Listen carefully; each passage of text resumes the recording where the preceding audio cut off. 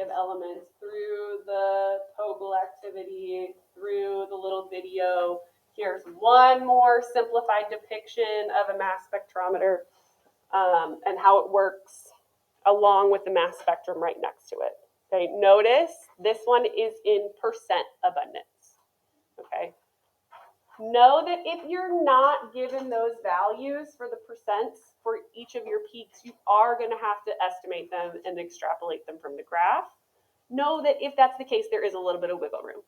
Okay, so we talked about that on that first one in the POGL. If you thought that those two smaller peaks were equal and you made them 80% for magnesium 24 and then 10 and 10 for your other two isotopes, that's okay, so long as I can see that, and it would be pretty evident. Okay, so let's just throw together this really quick example at the bottom for how to calculate this. So we've got one more example. Okay, I'm going to scroll this to my work. We'll talk through it and do it together. Okay, but you've got 5 different peaks here in our mass spectrum for zirconium. Okay.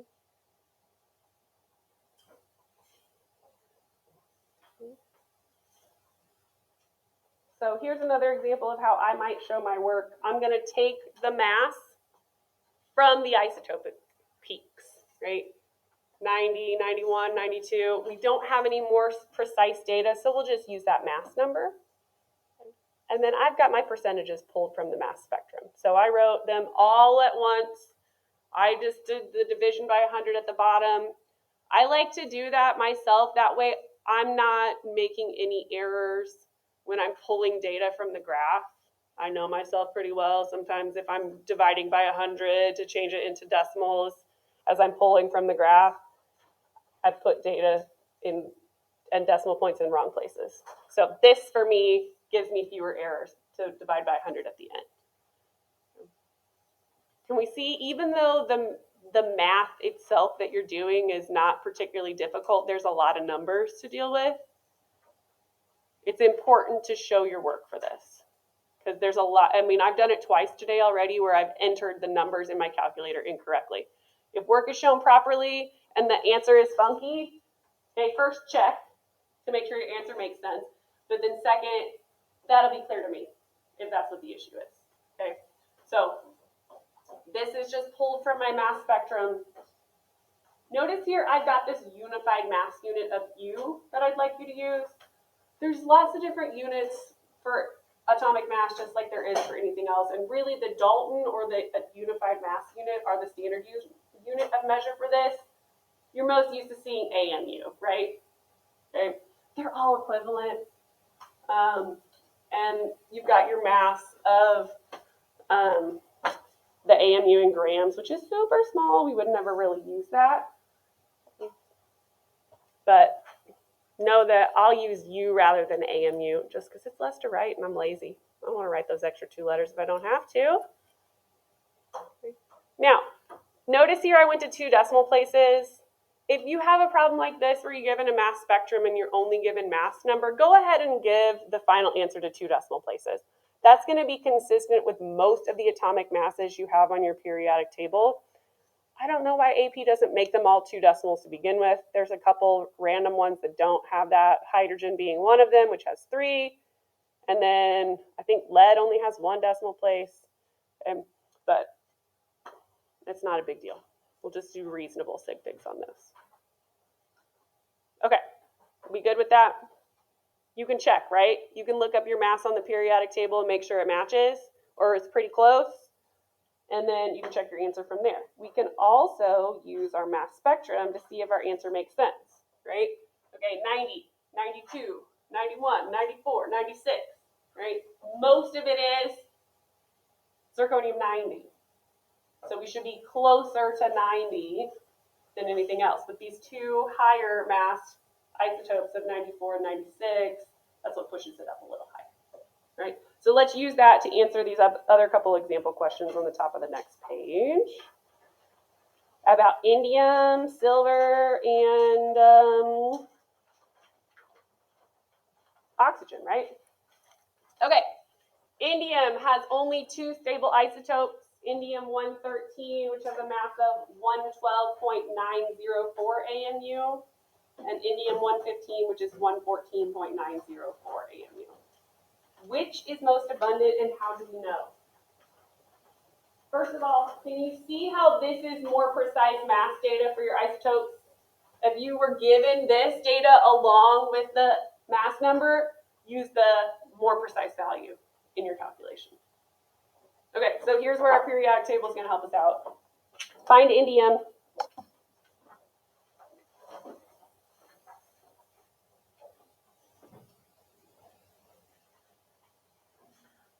What's the mass of indium? 114 point.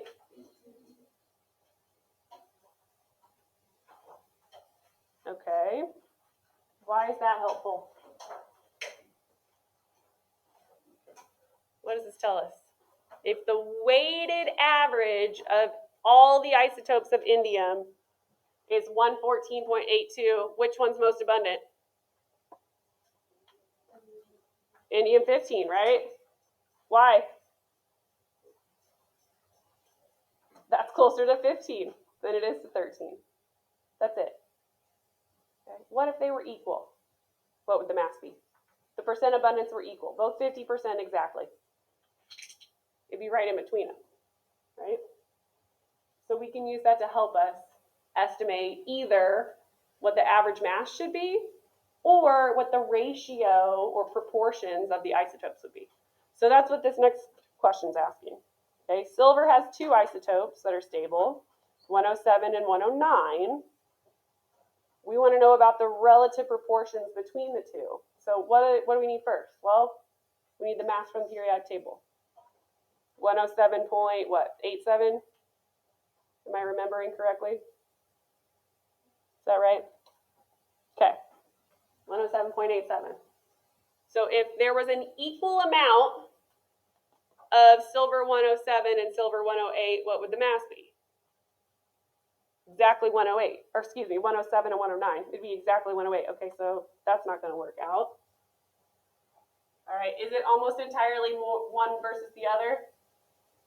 No, so we can cross out D as well, because if it was, it'd either be really, really close to 107 or really, really close to 109. That means we can also get rid of a lot more of one than the other. So it should make sense that we have a little more of one isotope than the other. Which one is there more of? 107. Yeah. And that's because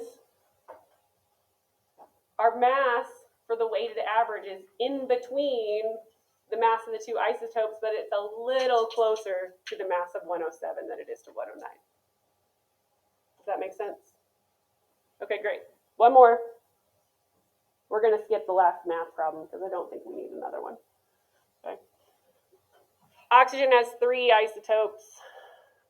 Okay, oxygen 16, 17, and 18. Let's use that atomic mass from the periodic table to find our proportions. Okay. What is the mass on the periodic table? 16.00. Okay. Which means what? It's almost all oxygen 16. Almost all of it's oxygen 16. Super, super small percentages.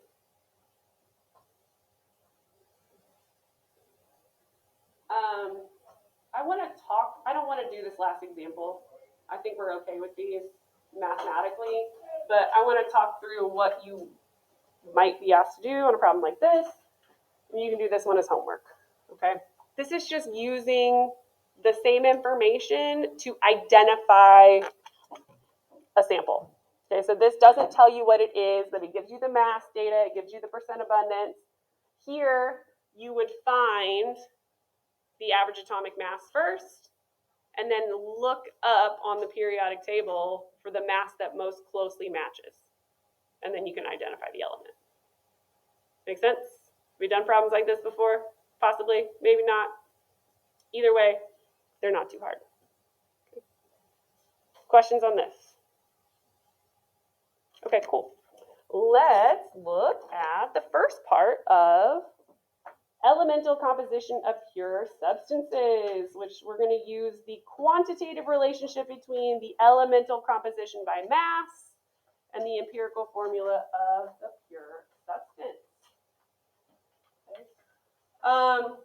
We have fixed proportions. Okay. Law of multiple proportions applies here. Law of definite proportions says that the ratio of masses of constituent elements in any pure sample of a compound is always the same. Okay, well, what does that really mean? Well, if you have water, no matter where water comes from, if it is pure water, no matter what the size of the sample, you're going to have 2 hydrogens for every 1 oxygen. And you could determine your percent by mass from there. Doesn't matter if it's 1 molecule, if it's a mole, if it's a billion gallons of water, you're still going to have that same ratio. Okay? The law of multiple proportions tells us we can combine the same elements together in different ratios to give us different compounds. Okay?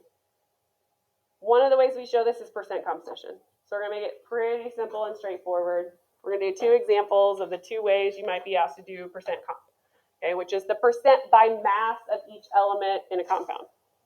I actually want to do these in the opposite order that they're printed because I think the second one's a little easier.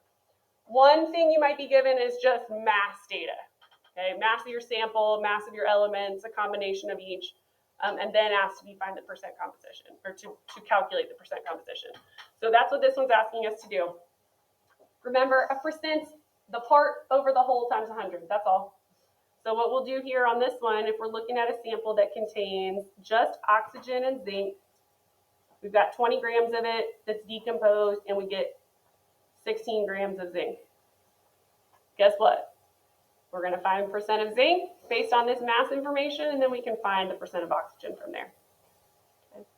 So here we know that we have 16.07 grams of zinc and 20.00 grams of our compound. So we've got a total of 20 grams.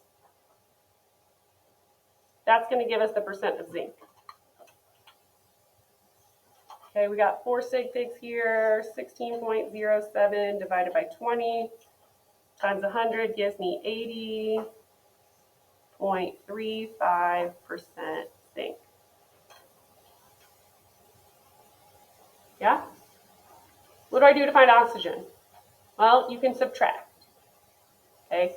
What I recommend in this scenario is to just subtract from 100. Why would I subtract from 100?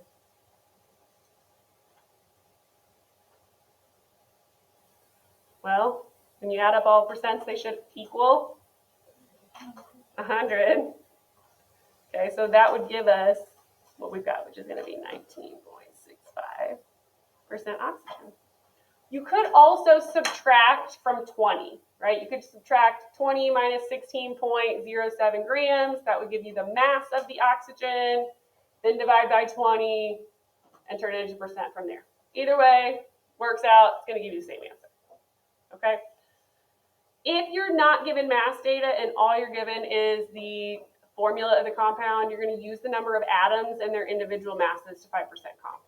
Okay, this one, if it just asks you like it does here for a percent composition, it's asking you for the percent of each element.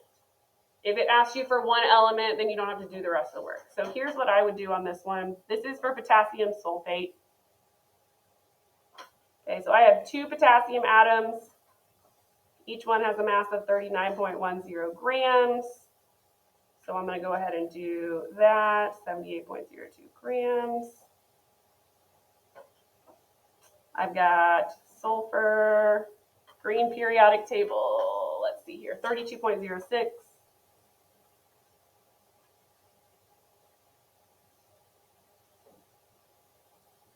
And then oxygen, we already talked about that. Its mass is 16. I've got 4 of those for a grand total of 64 grams of oxygen in that compound. Okay. Now that I've got the constituent masses of each of the elements, I can add them all up to get the molar mass, which I think is 174.26, but I'm going to do the math again. Whoops, I wrote this wrong. This should be 78.20, not 02.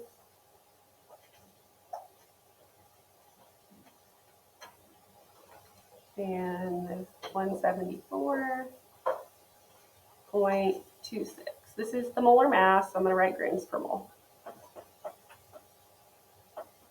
To save myself a little bit of time and a little bit of space, I'm going to cheat this a little bit. Because what I'm going to do for each of these is exactly the same, which is what? Divide the individual mass by the total mass and turn it into a percent. So I'm going to say I'm going to divide by 174.26 grams, and then I'm going to multiply by 100. Each one of those gives me the percent individually of our constituent elements. Okay. I'm going to go ahead and do each one of these mathematically. I get 44.88% potassium and 18.40% sulfur and 36.73% oxygen. Here's why I did this. How can you check these? Because you can every single time. How do you check them? Add the percents up, right? Percent should equal 100. What do these percents add up to?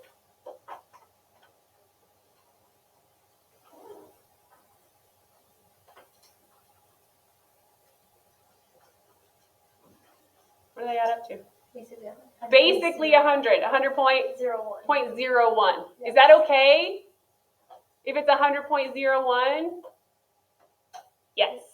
If it's 100.1, is that okay? No. Okay, because that's just the difference of rounding, right? I rounded those to 2 decimal places on each of those, okay? Rather than carrying the whole thing out. So if you're at 99.98, 99.99, 100.01, 100.02, that's gonna be okay, right? Now, if you subtracted the last one to get the 36.72, right, rather than doing the calculation, that's okay too, right? So you could do that. You could find the first two or find all but the last one and then subtract from 100 to get the last one, okay? Any way you do it, show me your work, okay? All right. Last but not least for today is empirical and molecular formulas. Okay. Empirical formula is going to be the lowest ratio of whole number of atoms of an element in a compound, the actual ratio of elements in a compound is the molecular formula, and these are related through a whole number ratio, right? So basically what we do here is we find the moles of each element in the compound, we find the ratio between those moles and the smallest number of moles, and then we make sure that their whole number ratio is by multiplying by a factor, okay? I'm going to do one example problem, and then we will be out of time for today, okay? I like to set mine up similarly. Again, many ways to do different problems. Don't care so long as you show me what you do. Okay, we're going to look at a new yellow dye. We've got percent composition information given to us here. You might also be given mass information, that's fine. Okay, but if you're given percent composition, we're going to use that percent comp data to assume a sample of 100 grams. We're also given the molecular mass or the molar mass. So here's how I would set this up. I've got carbon, I've got nitrogen, I've got hydrogen. I like to do a lot of my setup as I go. I've got 75.95% carbon, so I'm going to make that 75.95 grams carbon. I'm going to change that into moles using a molar mass, which is 12.01 grams per 1 mole of carbon. I'm going to use that same setup for my other sample, the other constituent elements in my sample, turn them into masses from the percent, and then doing the work to show, this is going to be 14.01, what the moles are going to be. Okay, this is 6.33%, which turns into 6.33 grams of hydrogen. This is 1 mole of H. We're going to use 1.008 because that's what's on our periodic table. Okay, I like to go ahead and set this up as the ratio I'm going to turn it into. Give myself some space to do that. Now, I like to take 4 decimal places on these numbers of moles, because the more digits you have, the better your ratios are going to turn out to be. Ooh, 3, 2, 3, 9 moles of C. 17.72 divided by 14.01 gives me 1.2648 moles of N. 6.33 divided by 1.008 gives me 6.2798 moles of hydrogen. What's the smallest? Moles of nitrogen, right? So we're going to divide everything by that. I like to start here, 1.2648, because guess what? It's 1.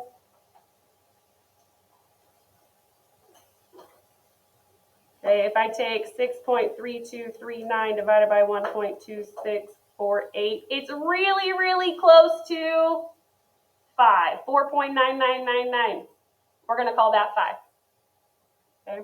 If I take 6.2498, it's 4 point something. So we're going to say that's really, really close to 5 as well. If it's not close, don't round it. Okay, that's where we'll multiply by a factor. This tells us, for my empirical formula, I have 5 carbon atoms to every 1 nitrogen and 5 hydrogen. That's my empirical formula. What do I do to find the molecular formula? Remember? We're going to use the molar mass, or the molecular mass given to us in the problem, which in this case is 240 grams per mole. And we're going to divide that by the mass of the empirical formula.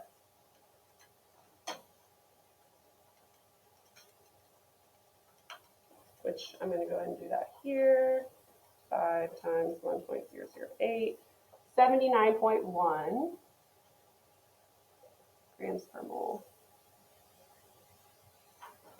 Okay, this is the molar mass of this. This is about 3.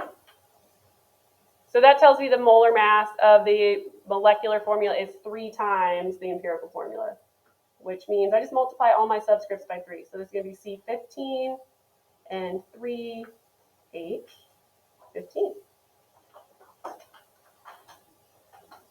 They're always going to be related by a whole number. Sometimes they're the same, so that whole number would be 1.